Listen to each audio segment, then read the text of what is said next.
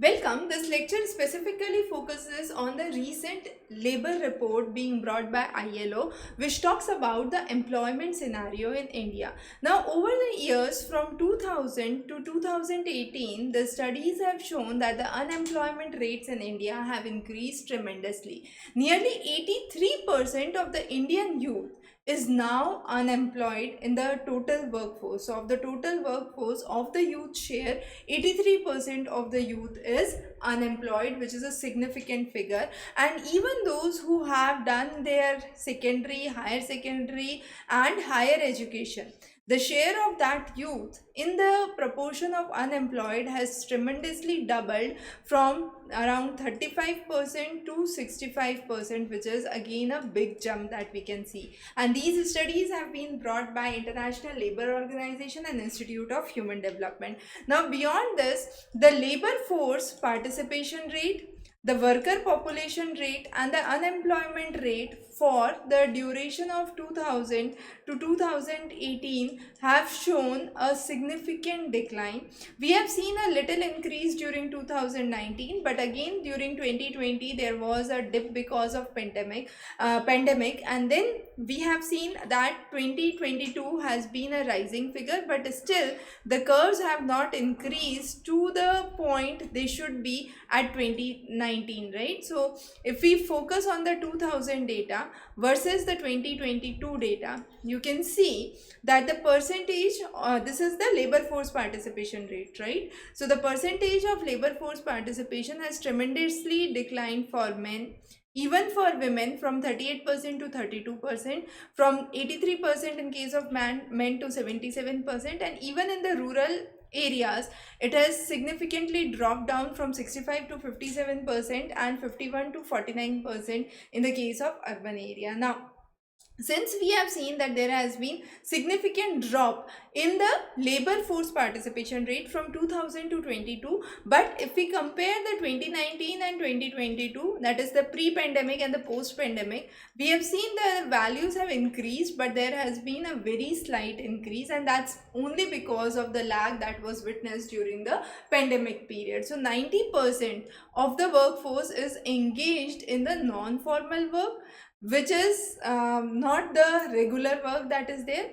And of the studies that have been quoted by ILO, the unskilled labor accounts for a very high percentage. Now, of the total youth, 75% of the youth is unable to put an attachment to an email.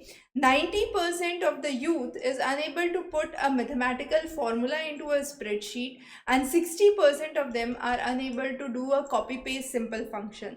That's a significantly high figure. Now, again, if we talk about youth which is not in employment, education, or training, we can say the male proportion which is not in employment, education, or training has increased by 2%.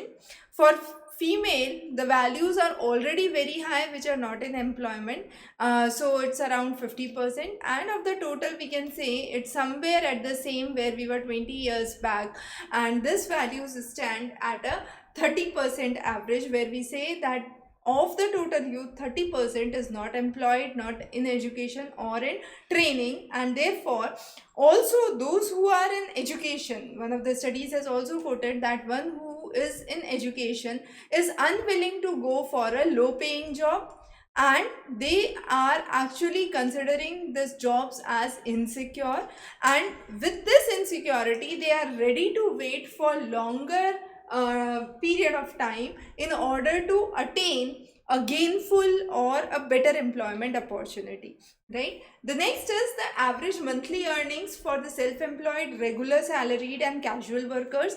If we talk about self-employed, the values have been so this is the 2022 values, right, based on 2022 statistics. So the values for the overall male and female is around 11,000 for self-employed, 19,000 for regular employed, and 8,000 for casual workers. Now the earnings for the salaried worker is relatively higher than the self-employed and casual workers, and also we can see a big gender gap that exists in each of the category, be it the casual worker, be it the self-employed or the regular employed, the salaries for the female counterparts are relatively less as compared to the male counterparts. Also, we have seen that the proportion of SC/STs in the work participation has increased, but again they are mainly in the segment of low paying casual workers as the informal sector for the job. So those are some of the things that we have discussed under employment. Now these kind of studies can be substantiated in your answer writing,